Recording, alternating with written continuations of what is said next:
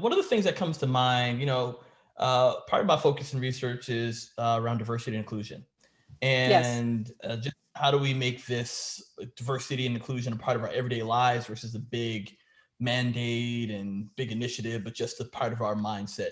So I'm curious to know from you, like, so even just hearing about tool number one, it feels like that could be really practical as relates to applying it to engaging with those of us that are different or being in stressful situations, talking about stressful things.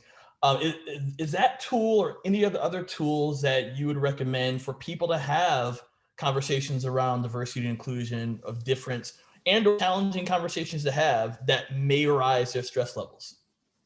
It's funny that I'm glad you brought that up. Diversity inclusion is extremely important at work and at home and everywhere else. We were just having that conversation last night around the dinner table.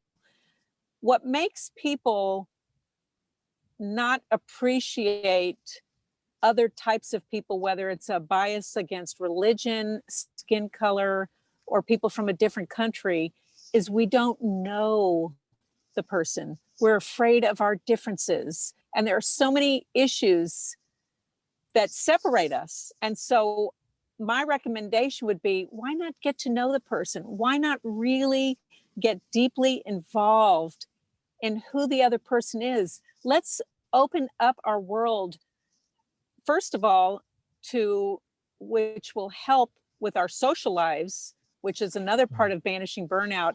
Loneliness is a huge issue in the workplace these days. And even now, with quarantining, people who live alone, especially the Mm, first several months, and people in New York City and Boston and San Francisco and places like that, where it was so much easier to catch the virus, there were people that would call me and say, I haven't had a hug in 3 months.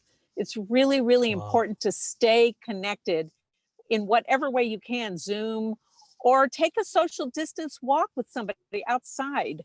So it's important to get to know the other person, what makes them think, asking questions, being emotionally intelligent and empathetic to what other people are experiencing.